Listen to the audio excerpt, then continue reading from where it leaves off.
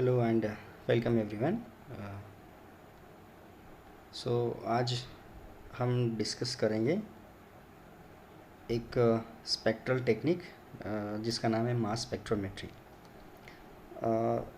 As per UG और as per PG syllabus, and this is very important, one can say for all chemist.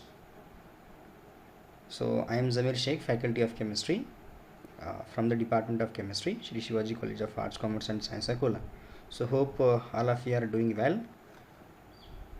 So let's see, this is our channel, which there are so many videos regarding the chemistry and chemistry updates. So if you are not subscribed till, so just go and subscribe to show your happiness with chemistry. Let's see, these are the contents of mass spectrometry. Now the introduction, the theory behind the mass spectrometry, instrumentation, that is working model. There are certain peaks which are appeared in the mass spectrum, जिसको हम molecular ion peak बोल सकते हैं. Then next to that, metastable ion, base peak, and what are the rules for the fragmentation, right? And few example of the mass spectra, एक है आपका neopentane और दूसरा है methanol, and lastly what the application. As you can see in this slide, so यहाँ पे कुछ animations आपके सामने हैं, right? सो बेसिकली कोई भी मास स्पेक्ट्रोमेट्री या मास स्पेक्ट्रोफोटोमीटर में तीन पार्ट होते हैं. एक है आपका दिस आयन सोर्स, जहाँ पे बेसिकली हम आयोनाइजेशन करते हैं, और नेक्स्ट होता है आपका आयन पाथ, जहाँ से आपके आयन्स मूव होते हैं. डिटेक्टर आपका बेसिकली ओनली पॉजिटिव आयन्स को डिटेक्ट करता है, and then finally you will get some spectrum. Spectrum हम निकालते हैं intensity versus what the mass to charge ratio, right? चलिए आगे बढ़ते हैं अपन.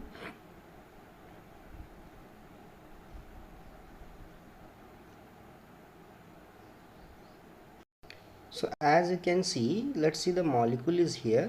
This is what your molecule, and that molecule undergo the what ionization. First जो है the larger molecule is converted into what the smaller one, it is vapors, and then it converts into the its ionized form. और फिर जब ionization हो जाएगा तब हम उसको separate कर सकते हैं based on that m/z value.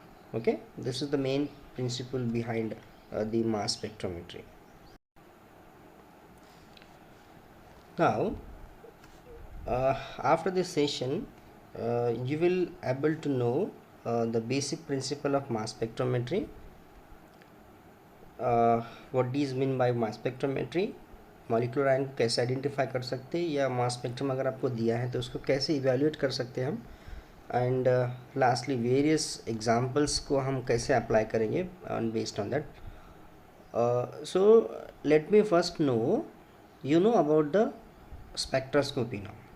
So spectroscopy is basically the interaction between the electromagnetic radiation with the what your matter, right? और electromagnetic radiations क्या होते हैं? They are you know the cosmic rays, gamma rays, X rays, UV, IR, microwave, radio frequency. These all are the electromagnetic radiations, and that is nothing but the light, right? And you know that light is means they have wave nature, okay? और जब वही radiations हम किसी matter के साथ interact कराते हैं, so there will be a physical change is going to takes place now, और वो फिजिकल चेंज जो है वो हम डिटेक्ट करते हैं या मेजर करते हैं. That's why you know the information about your unknown sample. So any spectral technique, let's say example, which is simply called as a interaction of electromagnetic radiation with the matter now. Okay, your matter is your organic molecule now.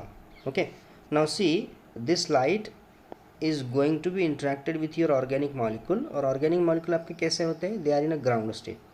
जैसे light का interaction molecule के साथ होता है, so the molecule absorb the energy and they get promoted into the next energy level, that is called as an excited organic molecules. So organic molecules converts into what the excited one, and then excited में से जब वो ground state पे आता है, so that phenomena is called as a relaxation, right? और उस time में आपका organic molecule तो as it is मिलेगा आपको, but in addition to that आपको जो energy मिलती है, so that is nothing but the the emission process ना, और वो हम एक्चुअली मेजर करते हैं. So here there are two process in any spectral technique. One is absorption of the molecule and then it turns toward the emission. Okay, now mass spectrometry को हम simply बोल सकते हैं, जैसे एग्जांपल हमारे पास अगर कोई एक we have to weigh something, so then हम क्या करते हैं, वेइंग बैलेंस पे जाते हैं, जो भी हमको वे करना है उसका हम वे करते हैं. सो उससे हम क्या पता चलता है कि एक्चुअल में आपका मास कितना है. सिमिलरली मास स्पेक्ट्रोमेट्री जो है ये ऑर्गेनिक मॉलिक्यूल्स को वे करता है. So weigh in terms of mass spectrometry use to weigh the organic molecules. That means organic molecules का हम मॉलिकुलर मास आइडेंटिफाई कर सकते हैं based on that technique now. So that's why mass spectrometry is a very important branch of the analytical chemistry, along with that other technique, as you know that electrochemistry, chromatography etc. अब main principal इस technique में क्या हुआ है कि इस technique में हम क्या करते हैं कि जो भी आपका सैंपल रहेगा उस सैंपल को हम पहले वेपराइज करते हैं. Right, there is a simple condition, आपको जो सैंपल लगेगा वो लगेगा आपको वेपराइज फॉर्म में, और वेपराइज होने के बाद हम क्या करेंगे, उसको आयोनाइज करेंगे. सो देखो पहली प्रोसेस क्या रहेगी आपकी, वेपराइज करना. दूसरी प्रोसेस आपकी रहेगी उसको आयोनाइज करना. राइट, और तीसरी जो प्रोसेस होती है आपको उसको क्या करना है, ब्रेकिंग करना. That is called the fragmentation. और जैसे फ्रैगमेंटेशन आपका हो गया उसको हम क्या करते हैं, based on that mass to charge ratio के हिसाब से हम क्या करते हैं, उसको डिटेक्ट करते हैं. That is the main principle behind the mass spectrometry ना. और जितना भी मास आपका, जितने फ्रैगमेंट्स आपके मास आए कलेक्टिवली अगर हम उसको एक साथ करेंगे, so you will get the molecular mass. Right, so that's why this is what important one can say the technique. So to one can say for qualitative analysis and for the quantitative analysis. Okay, so हम दोनों भी case में इसको use कर सकते हैं. Back to introduction. सो एक ऐसी टेक्निक है जहाँ पे हम रिलेटिव मॉलिकुलर मासेस हम निकाल सकते हैं. और कैसे निकालेंगे अपन उसको, फ्रैगमेंट्स बनाएंगे पहले, फ्रैगमेंट्स बनाने के बाद उसको अपन सेपरेट आउट कर सकते हैं मास टू चार्ज रेशियो के हिसाब से. राइट, सो और इसी वजह से हम पता लगा सकते हैं कि आपका जो नॉन ऑर्गेनिक कंपाउंड था वो एक्चुअल में कैसा था, उसका मॉलिकुलर मास कैसा है. सो अब इसके एप्लीकेशन क्या हो सकते हैं, एक तो हम उससे मॉलिकुलर मास निकाल सकते हैं. अगर हमको मॉलिकुलर मास पता है तो हम उसके मॉलिकुलर फार्मूला की कोशिश कर सकते हैं निकालने की. राइट, अगर मॉलिकुलर फार्मूला हमको पता है based on sites of unsaturation, वो हम उसका स्ट्रक्चर फाइंड आउट कर सकते हैं. Okay, so basically what you know the one can से हम अननोन से नोन की तरफ जा सकते हैं. If you have unknown structure, then you have unknown compound, then you can find the structure. और most importantly abundance of isotopic the systems, isotopic elements अगर आपके पास प्रेजेंट है तो हम उसका आइसोटोपिक डेटा हम वहाँ पे निकाल सकते हैं. Right, so and one more thing is what, to identify and purity of a known substance, हम उसकी प्यूरिटी चेक कर सकते हैं. These are the applications of for the mass spectrometry. So थोड़ा सा ये डिफ़िकल्ट है इंटरप्रेट करने के लिए, that's why we have well knowledge. Okay, most of the cases में कैरेक्टरिस्टिक फीचर्स आपको देखने को मिलेंगे. लेट्स एग्जांपल, अगर आपका फ्रैगमेंटेशन पैटर्न है तो कई सारे ऐसे मॉलिक्यूल्स हैं जिनमें फंक्शनल ग्रुप यूनिक होता है और यूनिक की वजह से हम उसको आइडेंटिफाई कर सकते हैं. And one more thing is that no one single technique, IR, NMR, UV and mass, जब हम इन सबको मिलाते हैं ना, you will get more accurate information. But कोई एक टेक्निक से हम जब काम करते हैं, so in that case what we are not getting 100% results. Okay, so this is also one thing is that always remember. इसीलिए ऑर्गेनिक टेक्निक जो होते हैं, ऑर्गेनिक कंपाउंड आपके पास अगर है तो उसके लिए हमको हमारे पास ये सब चाहिए. H1 भी चाहिए, H1 that is called nuclear magnetic resonance.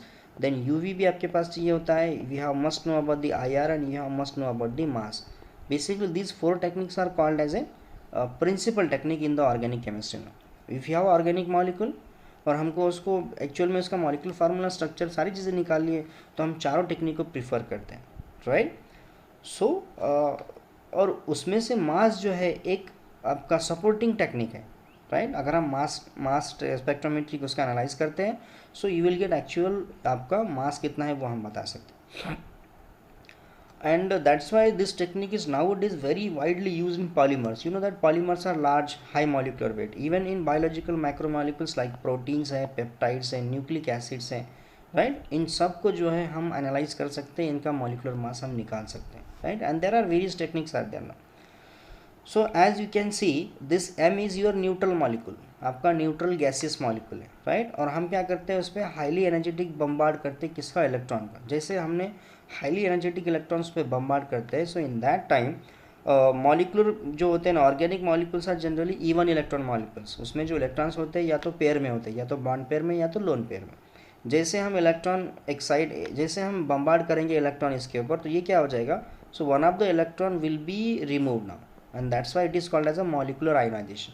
अब क्या हो जाएगा, पहले से आपके पास एक पेयर ऑफ इलेक्ट्रॉन था, अब जैसे आपका कन्वर्ट हो गया, so it will converts into the radical and cation, because जो दो इलेक्ट्रॉन प्रेजेंट थे उसमें से एक रिमूव हो गया। That's why this phenomena is called as a molecular ionization and that's the main principle of the mass spectrometry. So mass spectrometry में हम क्या करेंगे, हाँ एक और चीज़, कई कई स्टूडेंट्स को या कई जब भी हम पढ़ते हैं तो यहाँ पे कन्फ्यूजन होता है कि स्पेक्ट्रोस्कोपी इसको बोला है या समटाइम इसको मेट्री बोला है। So there is a simple difference. One thing is you must know, in this technique we are not dealing with the electromagnetic radiations. यहाँ पे हम कोई भी इलेक्ट्रोमैग्नेटिक का सोर्स यूज़ नहीं कर रहे हैं। यहाँ पे हम जो यूज़ करते हैं वो अदर देन EMR होता है। So that's why sometime it is called as a metry. Basically metry is called as a measurement, right? Okay, now see the main principle behind this technique is what we have to first take the sample in a vapor form। अगर वो vapour नहीं है तो उसको हम vapour में convert करेंगे।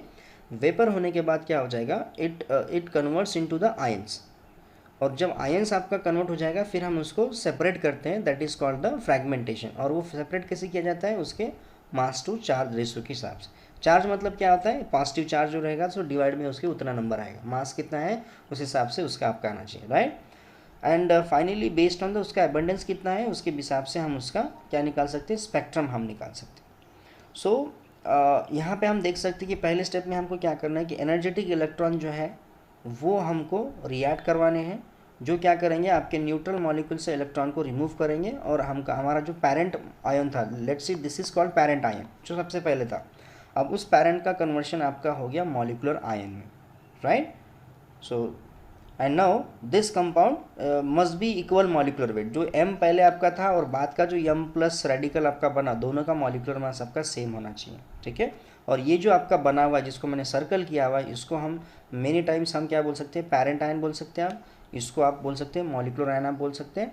अब इस मॉलिकुलर आयन का नेक्स्ट स्टेप क्या हो जाएगी, फ्रैगमेंटेशन। इसको हमको ब्रेक करते जाना है, ठीक है। और जैसे जैसे आपका ब्रेक होता जाएगा वैसे वैसे आपके फ्रैगमेंट्स बनते जाएंगे, और वो फ्रैगमेंट जो है मास टू चार्ज रेशियो के हिसाब से हम उसको क्या करेंगे, सेपरेट करेंगे, ठीक है। This is the theory.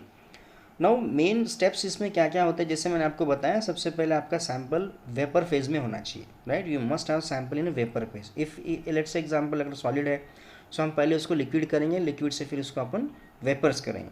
If you have liquid then directly converts into the vapours, ठीक है, because the main condition is this one.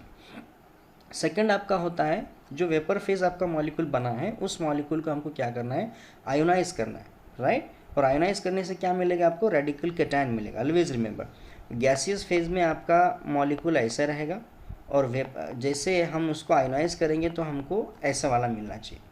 और जब ये मॉलिकुलर आयन आपका बना है इसको हम क्या करेंगे, फ्रैगमेंटेशन करेंगे, because we are using highly energetic source, right. So यहाँ पे जो आपका बनेगा, लेट्स से M1 प्लस बनेगा, M2 प्लस बन सकता है, M3 प्लस बन सकता है, M4 प्लस बन सकता है। And not only the cations only, there are ions, there are radicals are also be form now, but we are only interested in this one, because एक इंस्ट्रूमेंट का ऐसा system बना हुआ है कि सिर्फ पॉजिटिव कैटायंस को या पॉजिटिव आयंस को ही क्या करता है, आइडेंटिफाई करता है, राइट। और हम क्या करेंगे, फिर इसका सेपरेशन करेंगे अकॉर्डिंग टू देयर मास। देखो दिस इज़ वेरी इंपॉर्टेंट, हम जो भी आयंस हमारे बनते हैं उस आयंस को हम क्या करेंगे, सेपरेट करेंगे according to their mass now, ठीक है। और जैसे मास का सेपरेशन हो गया हम उसको डिटेक्ट करेंगे फिर कितना कौन से नंबर पे आता है। You can see here also your example is 2,3 dichlorotoluene, okay, this is 2,3 dichlorotoluene. अब 2,3 डाइक्लोरोक्लोरीन में जो है ये 2 Cl आपको दिए गए, और दोनों जो क्लोरीन है सो दोनों क्लोरीन आपके आइसोटोप में जाते हैं, राइट। और क्लोरीन आपको पता है 35.5 एक क्लोरीन होता है, लेकिन उसका जो रेशो है आपका वो हम कैसे, आप देखो, look at see the molecule 2,3 डाइक्लोरोटोलीन, इसका जो टोटल मॉलिक्यूलर मास है 160 है, और हमने क्या किया है, न्यूट्रल मॉलिक्यूल जो था आपका, दिस इज न्यूट्रल मॉलिक्यूल, अब मैंने क्या किया, इसमें से एक इलेक्ट्रॉन निकाल दिया बाहर। So now see the charge will be +1, सो 160/1, इसका मतलब आंसर कितना आ गया, 160। सो आपका जो मॉलिक्यूल होता है और आपका जो मॉलिक्यूलर आयन होता है, इन दोनों का मास जो है वो हमेशा क्या रहेगा, सेम ही रहेगा, right. This is also very important. Now you can see the one example. Let's say this is actual mass spectrum जो हमको मिलता है। अब इस मास स्पेक्ट्रम में कई सारे पिक्स हमको दिखते हैं। सबसे पहले तो इसमें देखो क्या क्या दिया, एक एक्सिस पर हमने लिया है रिलेटिव अबंडेंस यानी कि इंटेंसिटी कितना है, और दूसरे इसमें लिया है हमने मास टू चार्ज रेशो, इसका मतलब कितना मास रहेगा और उसका चार्ज कितना है। So you can see there are 2 types of water peaks now जो हम यहाँ पे देखते हैं। This is the actual mass spectrum of 1 2 3 4 5 pentane का एग्जाम्पल है, right, n pentane. Now the 72 is the molecular weight, और 72 अगर मॉलिकुलर वेट है आपका तो मॉलिकुलर आयन भी कितना रहेगा आपका, 72 पर ही रहेगा। उसके बाद की जो लेफ्ट साइड में जो जितने पीक आपको दिखते हैं, that all peaks are called as a fragment ion peak. जो 72 का क्या हुआ है, ब्रेकिंग हुआ है, वो बना हुआ है। लेट्स से एग्जांपल 72 से आपका 57 का पीक मिला, इसका मतलब यहाँ से यहाँ तक आपका क्या लॉस हो गया, एक मिथिल ग्रुप आपका लॉस हो गया। 57 से हम अगर 43 पे आते हैं तो और एक आपका देखो कितना का डिफरेंस आता है, कितने का आता है डिफरेंस, आप निकाल दीजिए। अगर आप जैसे जैसे डिफरेंस निकालते जाइए आपको समझ में आएगा। सो जनरली क्या होता है कि जो लॉन्गर चेन हाइड्रोकार्बन होते हैं ना, उसमें सक्सेसिव CH2 का आपका, CH2 मतलब 16 16 16 16 16 के 12 for carbon and 2 for the H2, इसका मतलब 14 14 का डिफरेंस आपको देखने को वहाँ पे मिलेगा, राइट। सो सक्सेसिव क्या हो रहा है आपका, CH2 आपका वहाँ पे ब्रेक हो रहा है, इसका मतलब आपको जो पीक मिलेगा, so that indicate that it is an hydrocarbon, linear chain hydrocarbon. So now in this spectrum left side में जो हम पीक देखते हैं वो फ्रैगमेंट आयन पीक होते हैं, और समटाइम यहाँ पे छोटे छोटे पीक्स आपको देखने को मिलेंगे, and these peaks are called as an isotopic ion peak, these are called as an isotopic ion peak. Okay, so in this way हम किसी भी मास स्पेक्ट्रम को बेसिकली एनालाइज कर सकते हैं। लेट्स सी द एक्चुअल में आपका systematic diagram कैसे हो सकता है मास स्पेक्ट्रोमीटर का।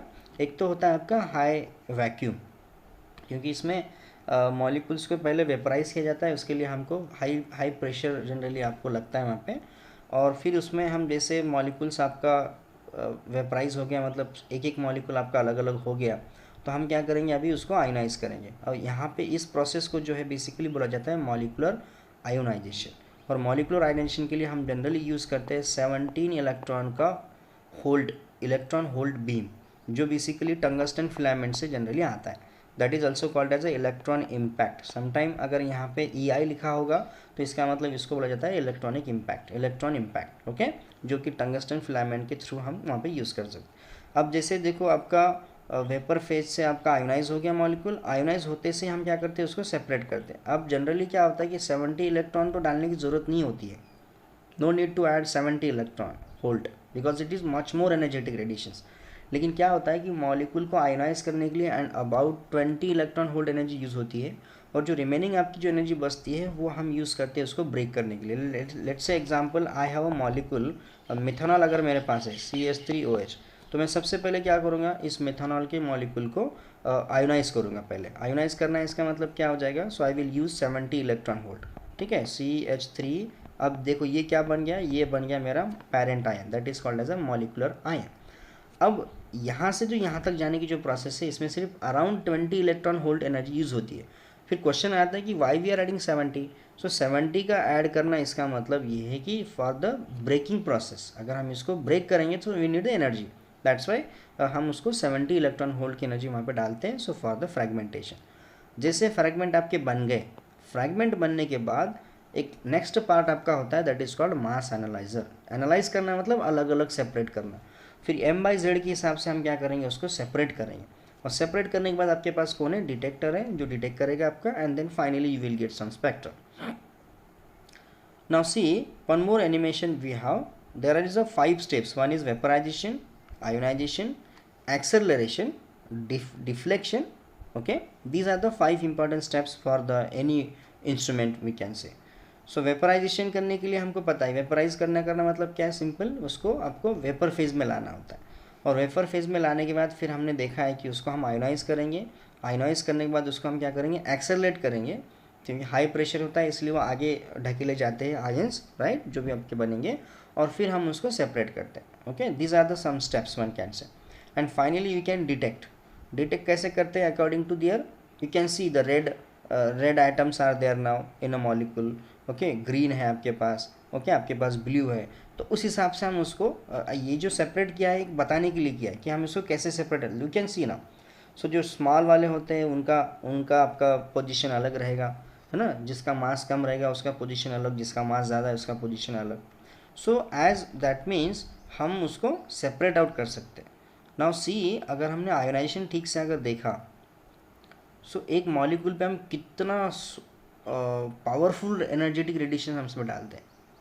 जस्ट लाइक अगर हमने कैरम बोर्ड अगर हमने देखा है, एक इमेजिन करो कि हमारे सामने अगर कैरम बोर्ड है, पूरे जो आपके पास रहेंगे, और हमने कैसे उसको हाईली एकदम प्रेशर से हम उसको आगे करते हैं, and that's why they all becomes a disperse. Similarly किसी भी मॉलिक्यूल का जो अरेंजमेंट होता है ये बहुत ही वन कैन से स्पेसिफिक होता है अरेंजमेंट, और जैसे हम हाईली एनर्जेटिक रेडिएशन पर डालते हैं ना, तो अरेंजमेंट आपका डिस्टर्ब हो जाएगा, राइट। और सिमिलरली यहाँ पे वही केस आपका होता है यहाँ पे। Now you can see also in the figure what the आपका पहले आपका वेपराइज स्टेट में सैंपल रहेगा, फिर हम उसको आयनाइज करेंगे, फिर उसको एक्सेलरेट किया जाता है, and there is a magnet, based on that magnet हम उसको डिफ्लेट करते हैं, उस आयंस को सेपरेट आउट करते हैं, और जैसे सेपरेट आउट कर दिया, सो अकॉर्डिंग टू उनके मास टू चार्ज रेशियो के हिसाब से वो अलग अलग हो जाएंगे। Now as you can see now, देखो यहाँ पे जो वैक्यूम सिस्टम यूज़ किया है वो 10⁻⁻² का टॉर का प्रेशर वहाँ पे है, और इस वजह से सारे मॉलिक्यूल्स आपके वेपर फेज में रहेंगे और आगे ढकेले जाएंगे। प्रेशर यहाँ पे देखो कितना है, यहाँ पर 10⁻⁷ है, और जहाँ पे हम टंगस्टन का फिलामेंट यूज़ करते हैं जो काम करता है इलेक्ट्रॉन प्रोड्यूस करना। अब इनका देखो हमेशा टंगस्टन का फिलामेंट का पोजीशन देखो कैसा है, और आपके जो सैंपल की जो डायरेक्शन है वो कैसे है, they are like perpendicular to each other ना। जो मॉलिक्यूल आपके उधर से आते हैं वो आपके इंट्रैक्ट होने चाहिए किसी साथ में, आपके फिलामेंट के साथ में, और उसकी वजह से उसका आयनाइज जाएगा। और यहाँ पे क्या होता है कि एक्सेलेटिंग स्लिट्स दिए हुए जो क्या करते हैं, सिर्फ कैटायंस को ही आगे बेसिकली वो फॉरवर्ड करते हैं, रिमेनिंग आपके सारे के सारे जो आयंस होते हैं वो रुक जाते हैं, और based on that mass to charge ratio जो है वो हम डिटेक्ट कर सकते हैं, और एक्चुअली हमको स्पेक्ट्रम इस तरह से हमको मिलता है, रिलेटिव एबंडेंस वर्सेस क्या, mass to charge ratio, right. So you can see the animation also how the molecules are converted into the ions. Okay, and there are many animations are there, many things are there, you can know what actually happened with the molecules when you put into the mass spectrometer. Now what is the result now? जैसे sample को डाल दिया, right, हम क्या करते हैं इसमें, mass spectrometry is also said to be, it is use to weigh the molecule. Now हम मॉलिक्यूल को वे कर सकते हैं, in terms of molecular mass हम उसका निकाल सकते हैं। What is mean by parent ion? Many times the question is there, what is parent ion and what is molecular ion? Molecular ion वो होता है जो आपका पहले स्टेप में आपका बनता है, that is called as an ionization process, जहाँ पे सिर्फ एक इलेक्ट्रॉन आपका न्यूट्रल मॉलिक्यूल से निकला हुआ है, and that is nothing but your molecular ion. Okay, so molecular mass जो भी आपके प्रीवियस सैंपल का रहेगा वही आपका molecular ion का होता है, right? लेकिन it is an paramagnetic molecule. Always remember, molecular ion is a paramagnetic molecule while your neutral molecule is a diamagnetic. Okay, this is the difference. मैं ऑर्गेनिक मॉलिक्यूल की बात कर रहा हूँ, और सिर्फ डिफरेंस किसका है, let's say example this is my neutral vapour molecule, और जैसे मैंने उसको आयनाइज कर दिया, I will get this one. Now you can see this is single electron system, now that is called as a molecular ion और parent ion. जो difference क्या है, एक इलेक्ट्रॉन का आपका क्या हो गया, लॉस हो गया ड्यूरिंग दिस प्रोसेस ना। ओके, सो हम मास उसका आइडेंटिफाई कर सकते हैं, और जनरली जो स्पेक्ट्रम हम देखते हैं उसमें हाईएस्ट मास जो होता है ना वो मॉलिक्यूलर आयन का ही होता है, और उसके बाद जो छोटे छोटे पीक हमको लेफ्ट साइड में मिलते हैं that is nothing but the fragment ion. और ये कैसे बनता है, how it converts to this one, basically यहाँ पे जो प्रोसेस यूज़ की गई है जिसका नाम है आयोनाइजेशन, और इस आयोनाइजेशन के लिए हम क्या यूज़ करते हैं, एक तो हम क्या बोलते हैं इसको, केमिकल आयोनाइजेशन यूज़ कर सकते हैं, that is using gaseous ions, या तो फिर हम उसमें फास्ट एटम बम्बार्डमेंट जो हमने पिछली स्लाइड में देखा था, या तो हम उसमें समटाइम हम यूज़ कर सकते हैं इसमें EI, okay, that is called electron impact. Now you can सी कई सारे एलिमेंट ऐसे हैं जिनका जो मास होता है ना वो आपका, हम जैसे हम हाइड्रोजन 1 लिखते हैं, बट एक्चुअली हाइड्रोजन का मास कितना होता है, 1.0078 एटॉमिक मास यूनिट। सिमिलरली वो ड्यूटेरियम है, C12 है, C13 है, नाइट्रोजन है, इन सब का क्या दिया हुआ है, मासेस दिए हुए, लेकिन इसको बोलते हैं रिलेटिव मासेस।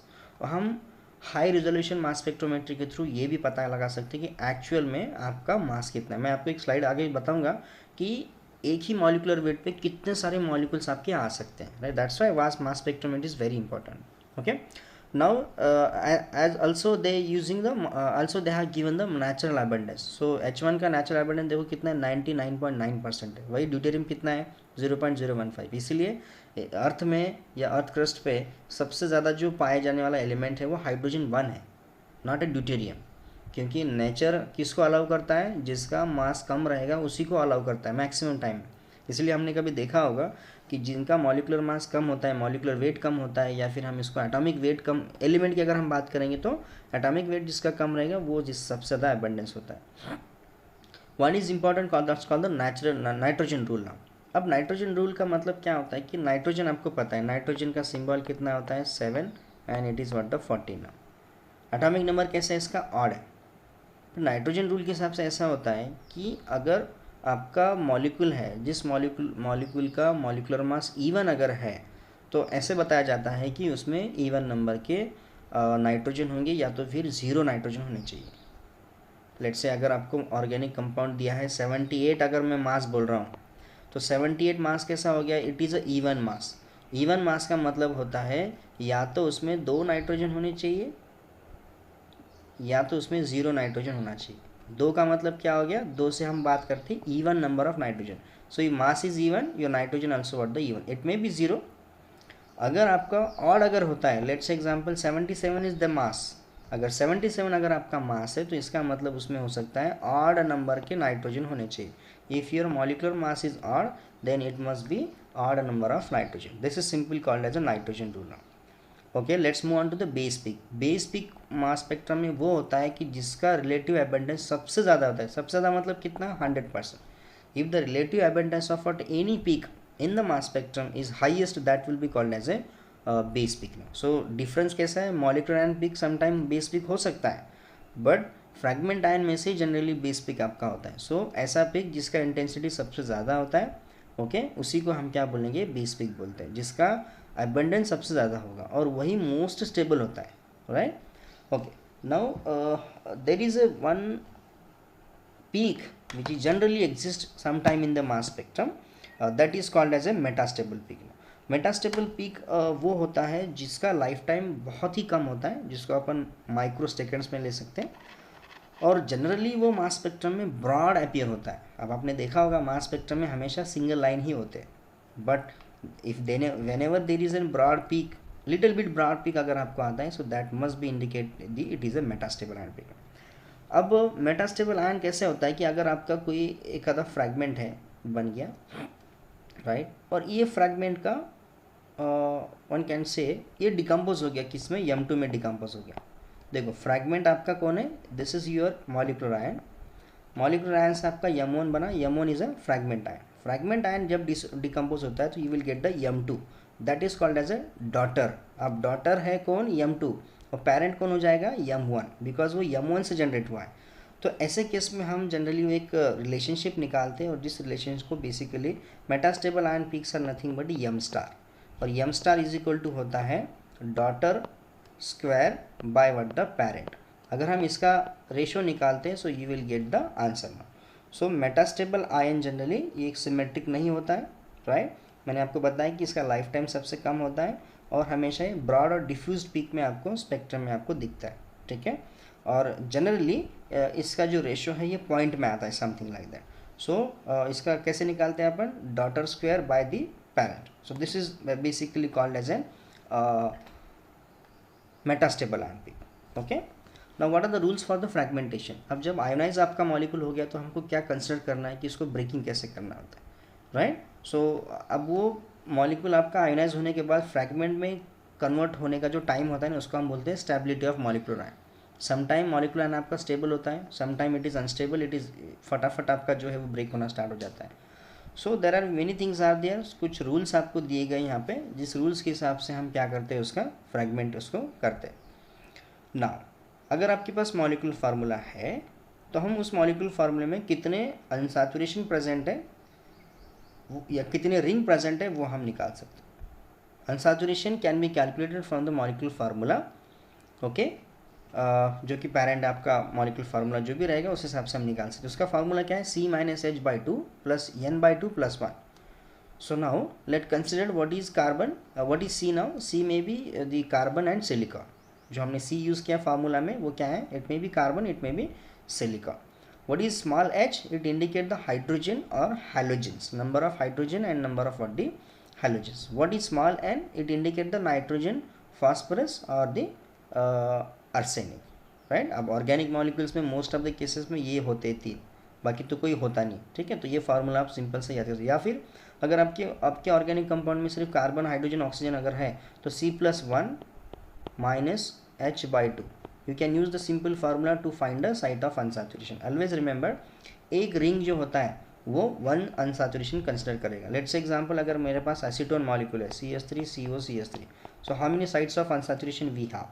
मॉलिक्यूलर फार्मूला मुझे पता है CH3 कितना है, यहाँ पे 2 कार्बन 3 कार्बन हो गए, C3H कितने हैं, 3 3 6, और आपके पास एक O दिया हुआ है. तो आप ये वाला फार्मूला यूज़ कर सकते हैं. C+1 कितने हो गए, C+1 मतलब हो गया 4 माइनस कितने हैं 6 हाइड्रोजन है 6/2, ठीक है. सो 6/2 कितना आएगा आपका 3, राइट. सो 4 माइनस 3 इतना आना चाहिए answer 1. There must be some 1 unsaturation, that is carbon oxygen double bond appears present. अब किसी का भी निकाल सकते हैं. लेट्स एग्जांपल बेंजीन का मुझे निकालना है, C6 से H6. C6H6 में क्या हो जाएगा, C+1 मतलब 7 हो गया, 7 माइनस H/2 मतलब कितना है 6/2, मतलब ये कितना आएगा. सो 7 माइनस 3 मतलब कितना 4, टोटल आंसर आ गया अपना 4. सो कंसिडर करो कि अगर बेंजीन है और बेंजीन में कितने अनसैचुरेशन प्रेजेंट है, तो बेंजीन में तो 3 ही पाई बॉन्ड प्रेजेंट है, तो साइट ऑफ अनसैचुरेशन कितना आना चाहिए था 3. बट जनरली क्या होता है, जब हम रिंग कंसिडर करते हैं तो एक बॉन्ड आपका मिस हो जाता है, दैट्स वाई. सो टोटल एक रिंग का एक अनसैचुरेशन कंसिडर करना था. सो इन दैट वे हम कंसिडर करते हैं total 4 unsaturation, right. So many cases में आपको ऑक्सीजन और सल्फर को इग्नोर ही करना होता है, राइट. चलिए आगे बढ़ते हैं आपका. अब बहुत ही इंपॉर्टेंट चीज़ मैं आपको बताने वाला हूँ कि अगर मेरे पास मॉलिकुलर वेट या M/Z जो है वो 74 है, तो 74 में देखो कितने मॉलिक्यूलर फार्मूले आते हैं, अनसैचुरेशन सबके अलग अलग रहेंगे और एग्जैक्ट मास देखो कितना दिया हो. And that's why this is the beauty of a mass spectrometry, where we can find exact mass, जिसको हम रिलेटिव मास हम बोल सकते हैं. देखो मॉलिक्यूलर फार्मूला कैसा है, ओके. 74 में कितने मॉलिक्यूलर फार्मूला आते हैं, 74 में इतने मॉलिक्यूलर फार्मूले आ गए. C2H2O3 जिसका अनसैचुरेशन 2 है 74.00040. Similarly we can take C3H10N2 जिसका अनसैचुरेशन कुछ नहीं है इसमें, बट इसका क्या है 74.08440. अब यहाँ पे देखो नाइट्रोजन रूल कहाँ पे अप्लाई होता है.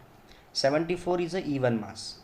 इवन मास में क्या होता है, इवन मास में या तो 0 नंबर के नाइट्रोजन होने चाहिए या तो 2 नाइट्रोजन होने चाहिए, राइट, या 4 इवन नंबर के नाइट्रोजन होने चाहिए. देखो पहले वाले मॉलिक्यूल फार्मूला में 0 नाइट्रोजन, दूसरे में 2 नाइट्रोजन, तीसरे में 0 नाइट्रोजन, चौथे में 0 nitrogen, then 2 nitrogen, then 0 nitrogen, then 2 nitrogen, then 0 nitrogen, then 0 nitrogen and then 2 nitrogen. This is called nitrogen rule now, okay.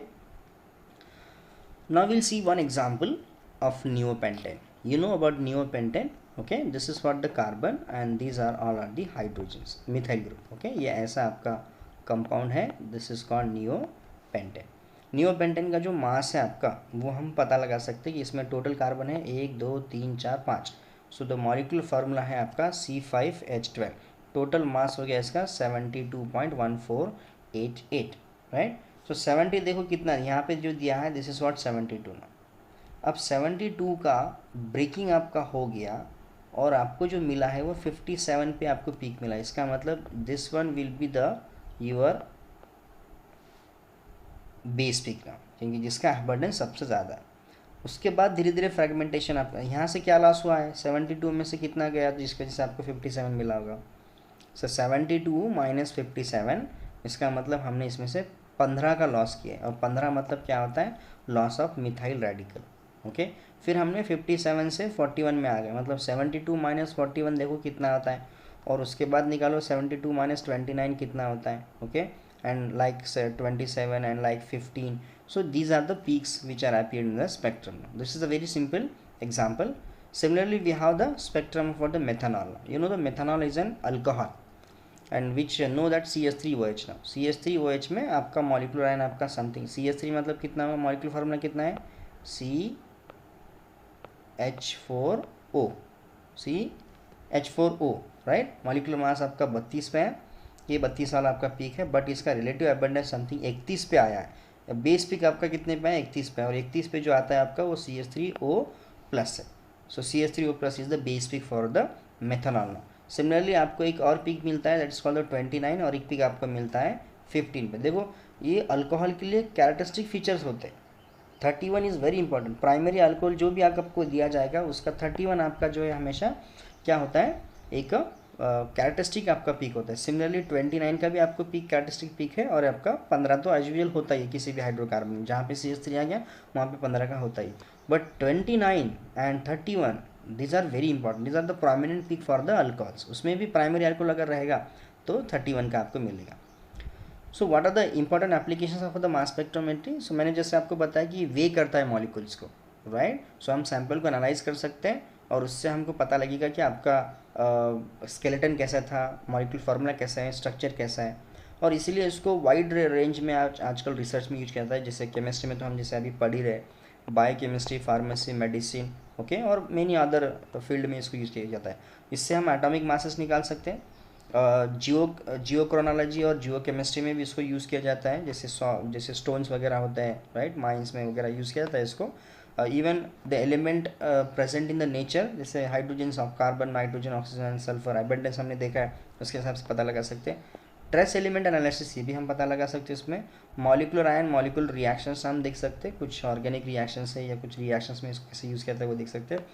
Even that can be used in the mostly organic chemistry. हम structural determination के लिए इसको use कर सकते हैं. Okay, these are the important applications of the mass spectrometry. And finally I hope that you will get something about the mass spectrometry. Okay, so just try some example. Definitely you will get the core concept of what the mass spectrometry. So overlook मैंने आपको बता दिया यहाँ पे, and you can refer many textbook, many reference book we have, so आप उसको use कर सकते हैं. So till any doubt is there, so just mention in the comment box. Okay, so thank you so much for watching this. Have a good day.